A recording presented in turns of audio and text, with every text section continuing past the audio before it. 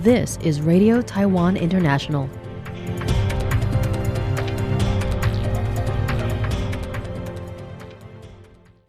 Welcome to the news on Radio Taiwan International. I'm Michelle Chang coming to you from Taipei, Taiwan. We begin with a look at today's top stories for Friday, August 29th.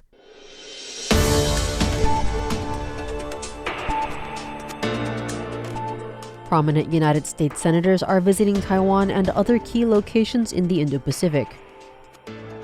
The DPP, KMT, and TPP sign off on a local subsidy resolution amid the budget clash. And Taiwan rebukes false claims about the U.S. tariff talks, releasing photos of in-person meetings. But first, today's top story. United States Senator and Chairman of the Senate Armed Forces Committee, Roger Wicker, arrived in Taiwan on Friday, marking the first visit to Taiwan by the chairperson of this committee since 2016 when the late John McCain visited. Wicker is accompanied by Senator Deb Fischer, who is making the trip for the first time. Wicker has a record of being staunchly pro-Taiwan. In 2023, he spoke before the Senate about his priorities for the committee, stating that the U.S. must arm Taiwan and accelerate the sale of anti-ship missiles. Wicker also called on then-President Joe Biden to use $1 billion in presidential drawdown authority to support Taiwan. The senator has expressed his belief that failure to defend Taiwan would plunge the world into a depression and bring about the end of American hegemony. He went so far as to say that, in addition to helping Taiwan defend itself, the U.S. military must also be prepared to get involved. Fischer, who currently holds the influential position of Senate Republican Deputy Whip, is also a strong supporter of Taiwan. The two reportedly embarked on a trip through the Indo-Pacific last week, visiting Hawaii, Guam, Tinian, Palau, the Philippines, and Taiwan. Their trip coincides with a particularly sensitive time, as China and Russia are conducting their first joint submarine patrol in the Asia-Pacific, and China is holding a military parade next week. Sources familiar with the matter stated that Wicker and Fischer's visit demonstrates the deep friendship between the U.S. and Taiwan and underscores Taiwan's position as a core ally in the Indo-Pacific region. After cross-party negotiations, legislative caucuses agreed on a resolution requiring the central government to immediately release general subsidies to local governments once the additional budget bill passes its third reading. The Legislature Finance Committee held a joint meeting on Thursday to review the 114th Annual Central Government Additional Budget, with Speaker Han Kuo-yu later convening inter-party talks.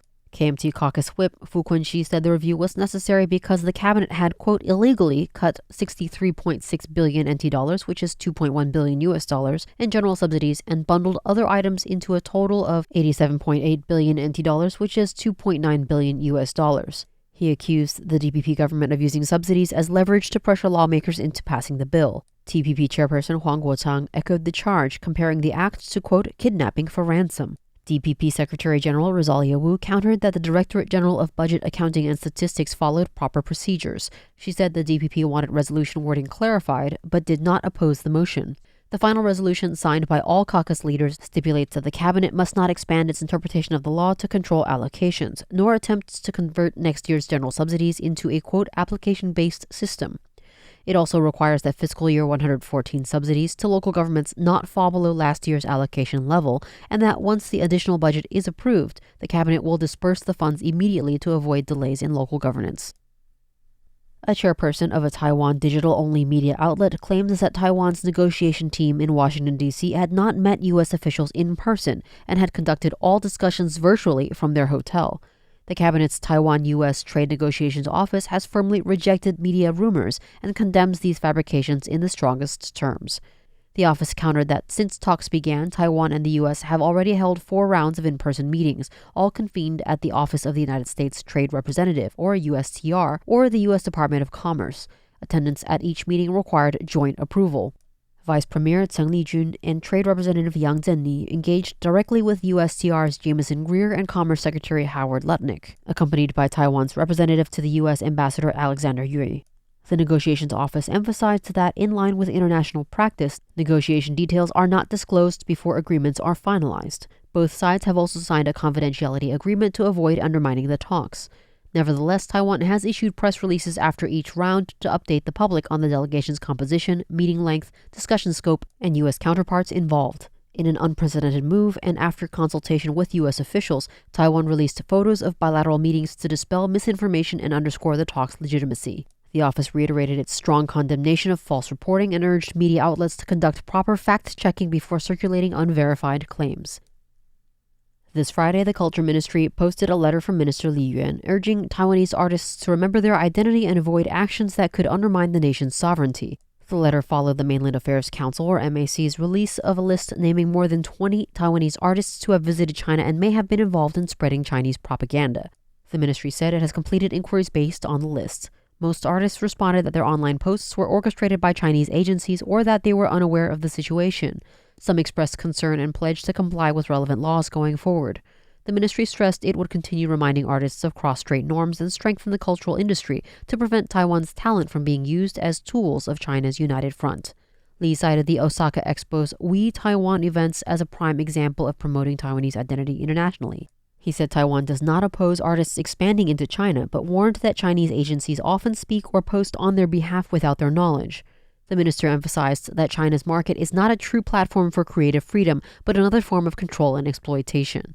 By contrast, Taiwan has nurtured a free artistic environment since the end of martial law. Li added that the Culture Ministry continues to invest in industry development and encourage international cooperation with the goal of fostering a flourishing Taiwanese cultural era.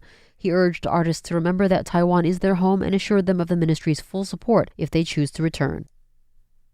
Vice President Xiaobi Kim stated that despite drastic international changes over the past year, Taiwan has continued to reflect and grow within a democratic and free system, demonstrating its vitality.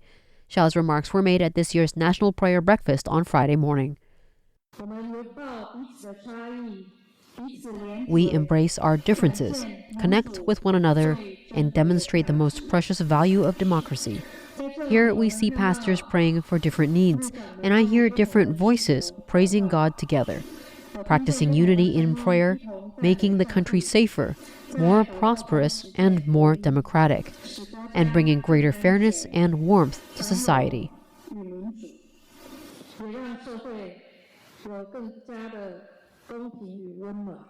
The vice president also prayed for Taiwan, emphasizing that the country faces both external threats and internal challenges. She asked for wisdom to govern the country with compassion and lovingly serve the people, as well as for justice to grant its people the right to worship freely.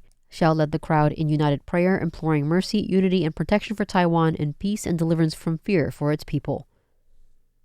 Tainan City and the Philippines' Aklan Province have officially established a sister city partnership. The two sides made the announcement on Friday after signing an agreement to mutually promote tourism and cultural exchanges and encourage businesses to explore investment opportunities. Aklan Governor Jose Enrique Miraflores met with Tainan Mayor Huang Weizhe earlier in August, beginning a discussion on the partnership that eventually marked a new chapter in bilateral relations.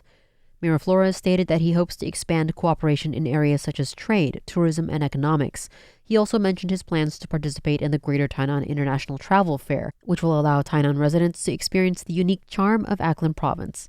He said that during his visit to Tainan, he was impressed by the city's cleanliness and the residents' high level of self-discipline, and expressed confidence in future cooperation. Tainan city government emphasized that Aklan Province, located in central Philippines, is a major agricultural and tourism province with a population of over 600,000. Its Boracay Island is serviced by 2 international airports and is world-renowned for its pristine white beaches and azure waters. The Ati-Atihan Festival, held every January in Calibo, Aklan's capital, is one of the Philippines' most iconic festivals, celebrating Santo Niño and the indigenous Ati people. Huang said he believes both Tainan City and the Aklan Province are important agricultural and tourism hubs, and expressed hope that continued interaction and deepening of city diplomacy will follow the partnership. Thanks for joining me for the news. I'm Michelle Chang. Stay tuned for another 50 minutes of English language features brought to you by Radio Taiwan International. Have you ever finished a book or movie and just wished you had somebody to talk about it with? All the highs and lows and what kept you on the edge? Well, you're not alone. On Tales of Our Time, we discuss the stories that move us, what makes them so interesting, and why others could or should find meaning in them as well. We tackle books, movies, podcasts, and anywhere else stories are found. You can catch us every Thursday at Radio Taiwan International or on our website at english.rti.org.tw. And remember, where there's a story, there's a reason to read, or play, or watch,